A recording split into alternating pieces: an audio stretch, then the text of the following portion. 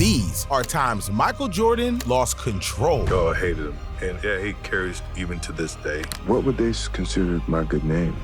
The purest of all people? Person that doesn't make mistakes? And first, watch Michael Jordan violate Mark Jackson. Jordan the steal. But what he did at number 19 was even worse, because he was ready to throw hands with Xavier McDaniel. Both clubs going at each other. Michael Jordan and Xavier McDaniel having words. But look, even in retirement, Jordan is losing it, because at number 18, Malik Monk is catching strays. Well, Malik Monk comes out onto the floor. He's supposed to be on the bench. You can't do that. Afterward, Michael Jordan is like, don't do that, you dummy. You can't do that. He missed the first time. This one he got him. Now for number 17, Jordan had to stop his teammate from losing control, because Dennis Rodman was going ballistic when MJ and Scottie stepped in. Rodman rebound, timeout, Chicago. And Kersey knocks the ball away. Be careful. Here comes O'Neal. And I tell you, Scottie and Michael, I said, Dennis, you're not getting in anything right now. I would not want to be a part of that threesome. But anyways, for number 16, MJ lost so much control, he almost ripped Reggie Miller's head off. And put back, go and did ball. Now Michael Jordan and Reggie Miller having a go at it. We finds handed out all over the place here. But more importantly, what in the world ignited this? Now, even though Jordan never got a chance to face off with LeBron James, I know he wishes he did. Because for number 15, he was ready to suit up. Michael Jordan and the Hornets, just a little bit too much to handle. Now for number 14, we got the time MJ lost control of his body, because he showed up to the NBA's top 75 player ceremony wasted.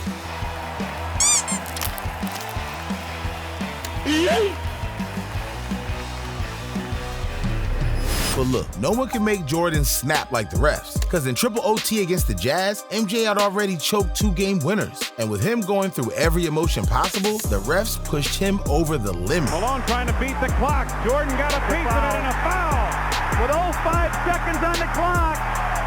Michael not happy either. They drive down the side. MJ hit a basket with 4 points. There's a technical on Jordan, and he's out. And Jordan is thrown out of the game. Look, Jordan shouldn't be pointing any fingers, because what he said at number 12 was out of pocket. Folks are asking me about a trash talker when we played against the Bulls in the series, and they thought that Michael called me a midget. They're saying that, you little midget, but, those type of things, they don't affect you. It's just the game that we playing, and that, those type of those things that come out, we may call them a black cat, But it's not just anger that got MJ losing control, because at number 11, he started shedding tears and became the biggest meme on the planet. And after the tragedy of Kobe's passing, Jordan knew he could never escape it. And he was just trying to be a better person. Now he's got me. I'll have to look at another crime meme for the next one.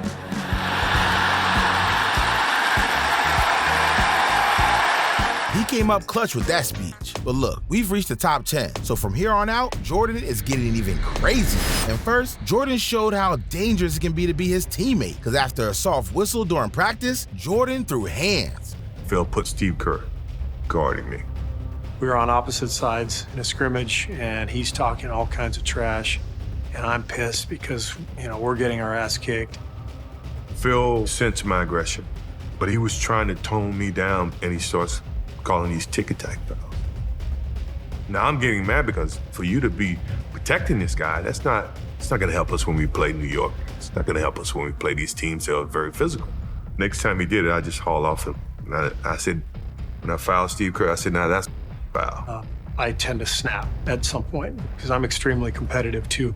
Just not really good enough to back it up usually. But I'm going. I'm gonna fight. He hauls off and hits me in the chest. And I just haul off and hit him right in the eye. Imagine having to get your jaw realigned just to be friends with MJ. But look, for number 9, we got MJ's craziest trash talking ever. Because one unlucky player learned the hard way why Michael Jordan is the GOAT. See, the Bulls were trailing the Memphis Grizzlies heading into the 4th because Jordan was playing like garbage. And while MJ was on the bench, some dude named Derek Martin thought it was time to run his mouth. We walk in, we're waiting our turn. Finally, it's our turn. We come on. It's 6-6, going to 7. I come down on the break on the wing. and go with what we call a hands-up move, like I'm going to shoot the shot. Michael jumps up. I go by and lay it up for game. I commence to talking the best trash ever against him. I said, "You faked the GOAT." Yes.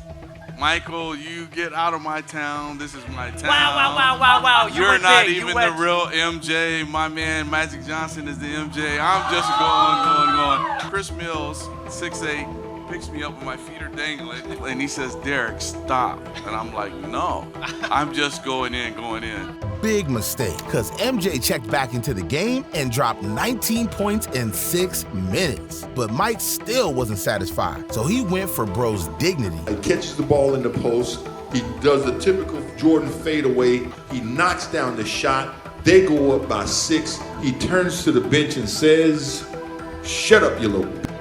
Nah, MJ didn't just show you greatness, he showed bro who his daddy was. But imagine risking your life for an NBA game, because for number 8, Jordan suited up even with the flu. Look, the night before Game 5 of the '97 NBA Finals, one pizza put the greatest player of all time in shambles. But it's like 10:30 at night. I'm hungry. We find one pizza place open. When the pizza came, there was 4 or 5 guys outside the door. They're all trying to look in, and everybody knew it was Mike. I put this pizza down, and I said, I got a bad feeling about this. I eat the pizza all by myself. Nobody else eats. I wake up about 2:30, throwing up left and right. By game time, Jordan could barely stand. The man was dripping sweat, gasping for air. Any normal person would have been hospitalized, but MJ walked onto the court ready for war. And somehow, the man went nuclear. 38 points, 7 rebounds, and 5 assists in the worst condition of his life. So when the game was over, MJ collapsed into Scottie Pippen's arms. But for number 7, he had the longest beef in NBA history. Because if there's anything Michael Jordan is known for, it's to hold grudges. Oh, I hated him.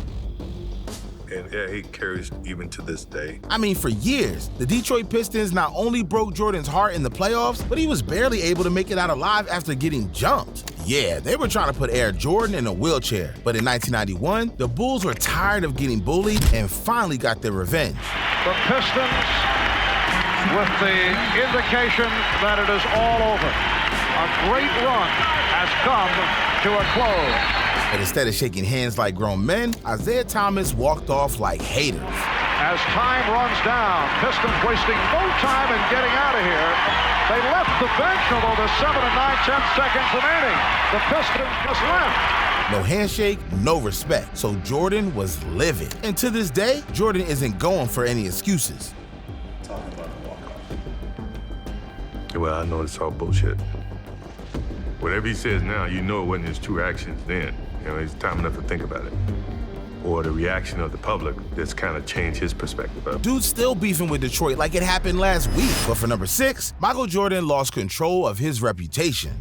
The thought has occurred that you aren't really gambling with money. You're gambling with your reputation. Gambling with your good name. What would they consider my good name? The purest of all pure?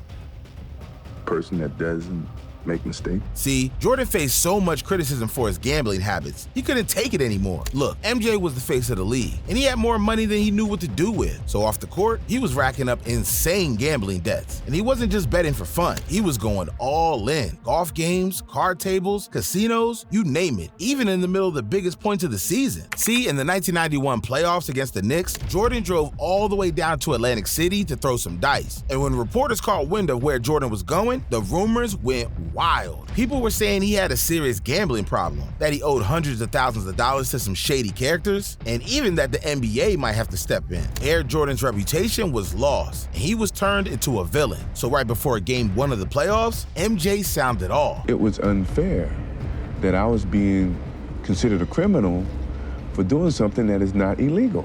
Gambling is legal, and betting is legal. For what I bet, yeah, it's a little bit more than I wanted to lose. I mean, I didn't bet to lose, but I lost it and I paid off all my debts. I didn't want to go to NBC or anyone else and let them know, hey, I lost $500,000. I'm gonna pay it this, I'm gonna pay it that way. I thought I was taking care of what my responsibilities were, and I lost. My family's not starving. My wife if I had a problem, would have left me, or certainly would have came to me and said, hey, seek help. My family, my mother and father, who we're close-knit people, and they have monitored me from when I was a kid, when I was born, up until where I am now. And if I ever had a problem, they never had a problem telling me that I had a problem. Basically, MJ told the world, I ain't broke, so mind your business. But for number 5, Jordan lost control of his own career. Because in 1993, the pressure, the media, and the worst tragedy of his life pushed him to a place where even he couldn't handle it. No matter what he did about his gambling rumors, he couldn't escape it. But then, something happened that shattered him. In July of 1993, Jordan's father, James Jordan, was murdered in a terrifying highway robbery. And that broke Michael. Because that wasn't just his dad, it was his best friend. The man who was there for every championship, every big moment. And now, he was gone. Just 3 months after his father's death, he did the unthinkable. He quit basketball, sat in front of reporters, looked the world in the eye and said, I've heard a lot of different speculations about my reasons for not playing, but I've always stressed to people that have known me and the media that has followed me that when I lose the sense of motivation and the sense of to prove something as a basketball player, it's time for me to move away from the game of basketball. He was tired, he was grieving, and he had nothing left to prove. But sometimes, MJ doesn't just break records on the court. Because for number 4, he broke the record for the biggest divorce in history. See, MJ and his wife, Juanita Van Noy, have been together since 1989, back when he was still rocking the short shorts and had hair. She watched that man become one of the richest celebrities on the planet. But after 17 years of marriage, things fell apart. And when you're Michael Jordan, a breakup isn't just messy, it's expensive. Because Juanita walked away with a $168 million settlement, the biggest celebrity divorce payout in the history of the time. Yeah, MJ basically lost an entire NBA team's salary cap in one check. But anyways, for number 3, we gotta talk about the craziest disaster of MJ's life. Look, Michael Jordan was the GOAT on the court. When it came to running an NBA team, he was the WOAT. Back in 2010, MJ brought the Charlotte Bobcats. Yeah, before they were the Hornets, thinking he could bring his winning mentality to the front office. But under Jordan's ownership, Charlotte became a basketball graveyard because he surrounded himself with yes men,